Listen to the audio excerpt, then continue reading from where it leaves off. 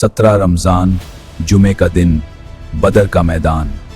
एक तरफ 1000 का लश्कर और दूसरी तरफ 313 आशिकाने रसूल को अल्लाह के रसूल सल्लल्लाहु अलैहि वसल्लम की तरफ से सबसे पहले मुकाबले के लिए उतरे। शेर खुदा अली मुर्तज़ा, सैयदुश्शुहदा अमीर हमजा और हज़रत उबैदा बिन ज़र्राह रदियल्लाहु अन्हु। अरब के सबसे बड़े पहलवान आ चुके हैं। अरब में कोई ऐसा नहीं जो इन पहलवानों का सामना कर सके। दुश्मन की तरफ से वो लोग उतरे जो अपने दौर के सबसे बड़े पहलवान माने जाते थे। सबसे पहला वार अल्लाह के शेर हजरत हमजा ने किया। एक ही वार में दुश्मन की गर्दन गाजर की तरह कट कर गिर पड़ी।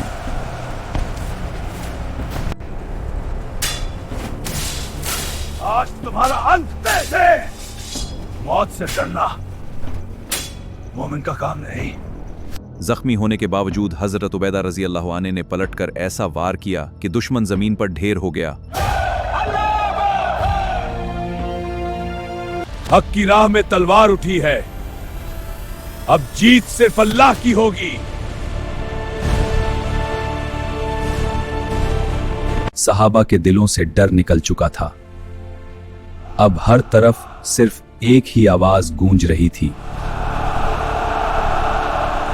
और फिर शुरू हुई वो जंग, दुनिया का इतिहास बदल दिया।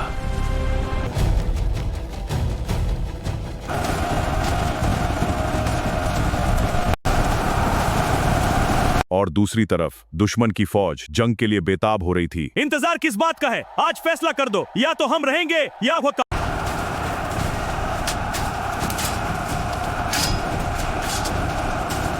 ये जंग ताकत की नहीं थी, ये जंग ईमान की थी। जब 1000 की बड़ी फौज एक एक करके मैदान में गिरने लगी, हार उनकी आंखों में साफ दिखाई देने लगी। 313 बहादुरों का हौसला और भी मजबूत हो गया।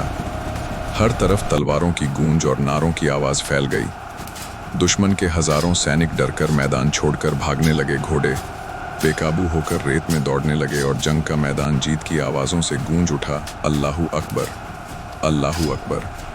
छोटी सी फौज का ईमान और सब्र हजारों की ताकत पर भारी पड़ चुका था। रेगिस्तान की तपती रेत पर हार से टूटी हुई फौज मक्का की तरफ लौट रही थी। चेहरों पर थकान थी, आंखों में डर और दिलों में हार का दर्द। हर कदम उन्हें अपनी शिकस्त की याद दिला रहा था। हम जीतने निकले थे, लेकिन बुरी तरह हार गए।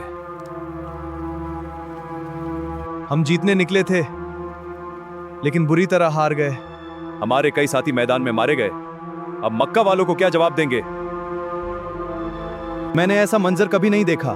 लोग एक एक करके गिरते जा रहे थे। धूल भरे रास्तों में सिर्फ घोड़ों की आवाज और हार का सन्नाटा गूंज रहा था। फौज वापस तो लौट रही थी, मगर उनका घमंड वहीं जंग के मैदान में टूट चुका था। जंग अपने आखिरी पड़ाव में थी। चारों तरफ तलवारों की आवाज और घायल सैनिकों की चीखें गूंज रही थी। उसी वक्त उमैया बिन खलफ बुरी तरह घायल होकर जमीन पर गिर पड़ा। आज इसका अंत कर दूंगा। रुक जाओ।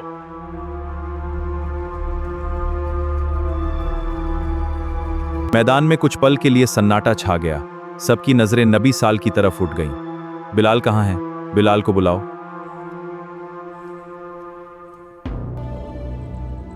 लब्बैक या रसूलुल्लाह। जैसे ही बिलाल की नजर उमैया पर पड़ी, उनकी आंखों के सामने मक्का के वो दर्दनाक दिन घूमने लगे। जलती हुई रेत, लोहे की भारी जंजीरें और पत्थरों के नीचे दबा एक कमजोर जिस्म। लेकिन उस कमजोर जिस्म से तब भी एक ही आवाज निकलती थी, अहद, अहद, अहद, अहद। बिलाल, आज अल्लाह ने तुम्हें इंसाफ का दिन दिखाया है।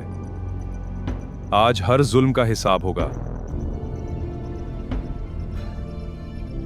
आज किसी मजलूम की आंख खाली नहीं जाएगी।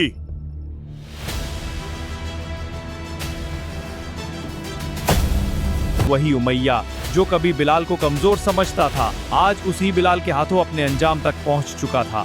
और मैदान में सिर्फ एक आवाज गूंज रही थी, अल्लाह अकबर। बिलाल ने इस आदमी को कोड़े से मार मार के खत्म कर डाला।